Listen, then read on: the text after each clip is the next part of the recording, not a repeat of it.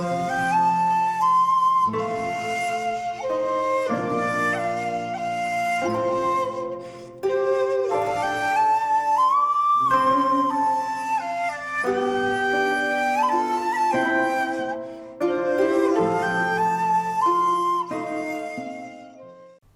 there, this is Solitary Ronin from Solitary Ronin Films, and welcome to another random review. Today's random review is The Web from 1947, starring Edmund O'Brien, Ella Raines, William Bendix, and the wonderful Vincent Price. This is one of the films in Indicator's brand new Universal Noir #1, which suggests there's going to be more, which is fantastic. This includes The Web, Larceny, Kiss the Blood Off My Hands, which is one of the greatest titles of all time, Abandoned, Deported, and Naked Alibi. As usual, ton of special features and a lovely big thick booklet. The Web is the first by number, so this is the only one I've watched so far. I mean, lovely big thick book. Again, Indicator's box sets are just absolutely wonderful. Just to talk about Indicator a little bit more, I did actually get a nice handwritten note by the two owners in my Universal Noir, just saying thanking me for my support. So I'm probably going to drop them an email just to say that's absolutely no bother, and if you could somehow get your hands on the entire John Sayles filmography, that would be really helpful as well. So we have Larceny with Dan DeRia and Shelley Winters. Looking forward to that one. And then the film that really took my fancy when this box was announced, I think there's a Kino Lorber of this, but this is Kiss the Blood Off My Hands with Burt Lancaster and Joan Fontaine. Then we have Abandoned with Dennis O'Keefe. Deported with Jeff Chandler, directed by Robert Sidemak. And Naked Alibi with Sterling Hayden and Gloria Graham. I mean, you can't knock that, can you? But let's talk about The Web, because as I said, I haven't watched the other films yet, but because they're all like under an hour and a half, it's actually pretty easy to get through these noir box sets because they're just so watchable and just so wonderful. This was directed by Michael Gordon, who's probably more famous for directing Pillow Talk with Doris Day and Rock Hudson. He also did a version of Cyrano de Bergerac with Jose Ferrer. On this disc, it's a 4K restoration. There's a commentary with David Duvall, who does a lot of Vincent Price commentaries and work. There's a Q&A with Victoria Price, Vincent Price's daughter, in conversation with Alan K. Rode, who obviously does a lot of, or Alan K. Rode, who does a lot of commentaries for noirs. There's the radio version from 1947, which is 53 minutes, which also stars Ella Haynes, Edmund O'Brien and Vincent Price. And there's a 1944 World War II short for War Bond, starring Alan Ladd, Susan Hayward and William Bendix, who's in The Web. So again, lovely little bunch of extras as well. So The Web is just fantastic. We meet Edmund O'Brien, who is pretty much introduced as this young lawyer. Even though he was 32 when he made the film, Vincent Price was 36. And he bursts into Vincent Price's boardroom. Vincent Price is a very rich industrialist, and at one point a character says to him, "It sounds like you're interested in my $5,000," and Vincent Price says, "I'm interested in everybody's $5,000." The script is just so peppy and full of wonderful, snarky comments. It's absolutely fantastic. But Edmund O'Brien has a client who owns a banana cart that Vincent Price knocked over in his car, and he wants $68 from Vincent Price, and of course everybody in the ballroom just laughs. In the ballroom? In the boardroom. Yeah, they're not having a meeting in a ballroom. Everybody just laughs at him because what's $68? But as he says, $68 is a lot of money to the guy who owns the banana cart. So Vincent Price apologises, and Edmund O'Brien takes his leave. Bob Regan is his character name. But then Vincent Price is talking to his secretary, Ella Raines, and his associate, John Abbott, who was in the wonderful little horror film The Vampire's Ghost, which I did a random review of a few months ago. And Vincent Price seems to be impressed with Edmund O'Brien, so he asks his secretary to arrange for Regan to come and visit him in his house later that night.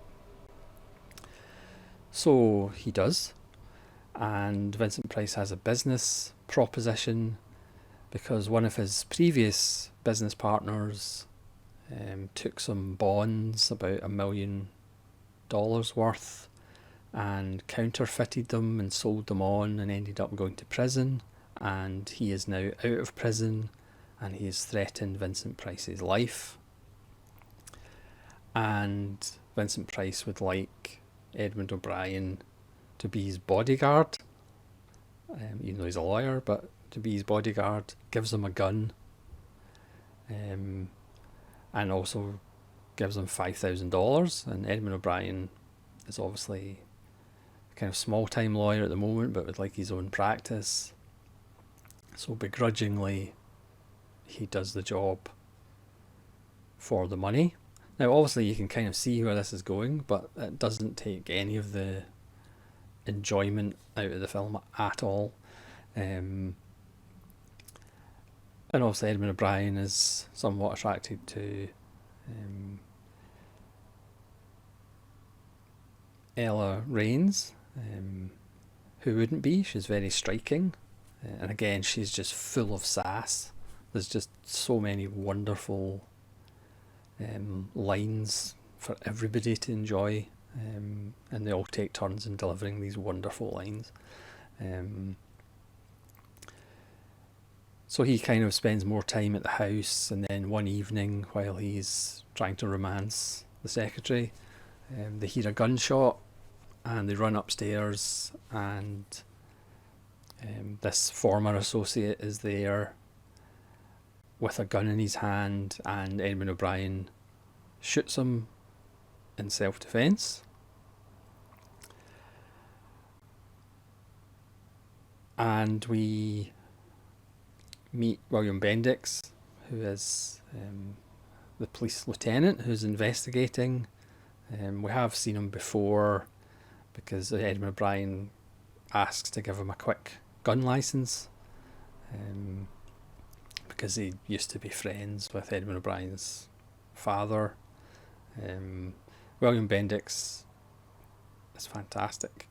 He was in kind of the pilot, not the pilot for the Twilight Zone, but a kind of pre-Twilight Zone episode that Rod Serling wrote for, bizarrely, Lucille Ball and Desi Arnaz, their kind of 1 hour special programme. So it wasn't really a Twilight Zone, but it's essentially Twilight Zone before Twilight Zone. And that's just a wonderful story about a man who wakes up, a man from the 50s who wakes up on the day before Pearl Harbor in Hawaii and tries to convince people that Pearl Harbor is going to happen. It's absolutely fantastic. It's on the extras for the Twilight Zone Blu-ray box set, so you should really check that out, because Bendix is fantastic in that as a man trying to convince people that something terrible is going to happen. And he's fantastic in this, again, really kind of cynical, and again the dialogue is just so good in this film. Some noirs just have a kind of much better edge as far as the dialogue and little barbs, and this one is just so good.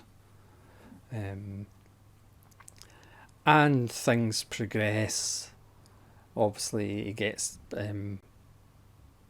Bob Regan gets away with it. It's self-defence. The district attorney's not interested in progressing the matter. Obviously there's an undercurrent of, if you have money, people are more inclined to believe you rather than somebody who's just out of prison. I mean, the guy's an old man who apparently, well, according to Vincent Price, has obviously come out of prison deranged, and that's the story. But again, the film has this underlying point of, well, if you've got money, people are more likely to believe you. I mean, who would think that? And then Edmund O'Brien starts having perhaps doubts about what happened. He's encouraged to maybe find out a bit more as the man's daughter turns up in his flat with a gun, about to kill him because he murdered her father. So he gets more involved as far as there might be something else going on. He does have an interesting relationship with Noel, the Ella Raines character, as he tries to get some information out of her, and Vincent Price is using her to get information out of Edmund O'Brien, and she's kind of caught in the middle, even though she's certainly not a weak character because she's like full of sass. It's just a wonderful film. Again, I'm not going to go into any more of the plot because more things happen, not necessarily good for certain characters, but Vincent Price is just so good in this film, as he always is, and he does tower over just about all the cast. Edmund O'Brien is missing about a foot in height compared to Vincent Price, but everybody's absolutely wonderful. Again, it's 87 minutes, doesn't have to be any longer, it just rattles along beautifully. The dialogue, as I said, is fantastic, even though there is a somewhat dodgy reference to Hiroshima, which is quite jarring, as Edmund O'Brien's walking on the way to Vincent Price's house, and there's a guy fixing a street lamp, and the bulb falls and almost hits Edmund O'Brien, and the guy says, "Oh, if that would have hit you, it would have been worse than Hiroshima." And it's like, that's quite awful. Also, this is 1947, but watching it now, that line kind of sticks out as being absolutely terrible. That's the only line in the film that kind of makes you go, oof, that's not good. But just all the performances are spot on. There's wonderful little twists and turns. So even though you kind of know what the setup is and how it's going to perhaps end, because let's be honest, we've all seen so many film noirs, but I still love them. I cannot get enough of film noirs. It's just such a joy, and it'll put a smile on your face, especially if you're a Vincent Price fan. So that's The Web. Like I say, I'm looking forward to the other 5 films in this indicator set, but I just had to make a video on The Web after watching it because it's just so good. So thanks very much for watching. Please let me know if you've seen The Web and what you think of it, and hopefully you'll join me again for more random reviews. This is Solitary Ronin from Solitary Ronin Films saying farewell.